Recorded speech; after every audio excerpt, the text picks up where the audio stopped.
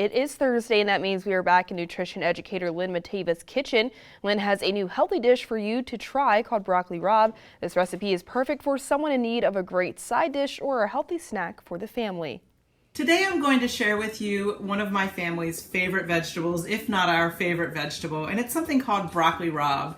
And I'm sharing it because everyone might not be familiar with this one, and it's a really delicious, nutritious thing that you can add to your meals.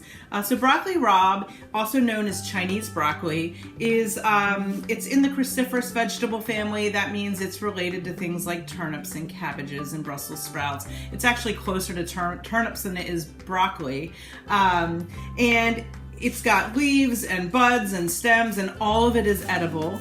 Typically, it's eaten more like a leafy green than you would think of the way you eat broccoli. But it's so very good for us. It's got a good amount of vitamin A. It's got a cup of it has 70% of your daily vitamin C needs. It's got a good amount of folate, calcium, iron, and zinc. So just really a delicious thing to add. It is bitter, so that's why we're going to prepare it today with a good amount of garlic, and that kind of complements the bitterness, and I really enjoy the bitterness. So let's get started. So basically we want to make sure that it's washed, and then just give it a good rinse. I've already done that here, and then basically I just chop this up. Now you can do it in larger pieces, but again, I just like to treat this as if it were a green.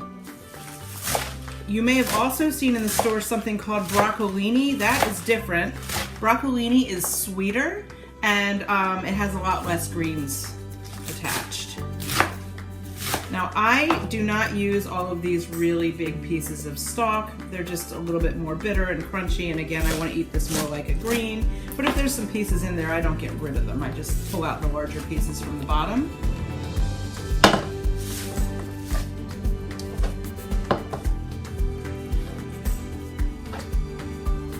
And then what we're going to do with these is we're going to bring a pot of water to boil, large enough to fill them, and we're going to blanch them.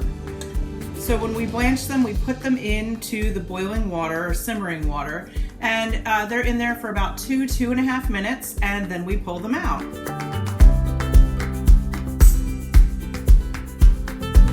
And what we get after we have blanched it for 2.5 minutes is this nice little pile of dark leafy greeny vegetables with the flowers and stems and all in there.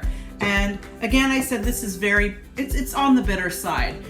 It's got a lot of flavor, it's got a lot of character, but what we do is I take a little bit of olive oil and I flavor it with garlic. Now you could use olive oil that just had a sprinkle of powdered garlic in it.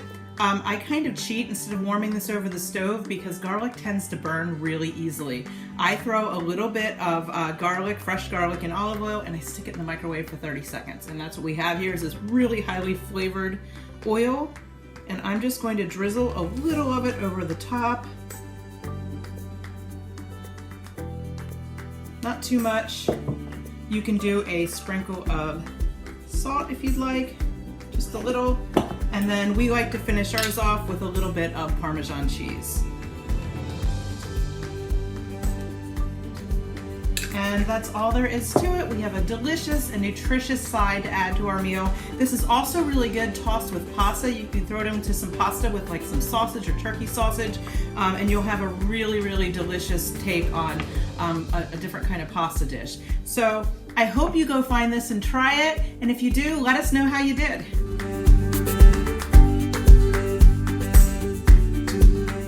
Now, as a reminder, we do have all of Lynn's tips and tricks on our website. To find them, just log on to 47abc.com and click on the Good Morning Delmarva page.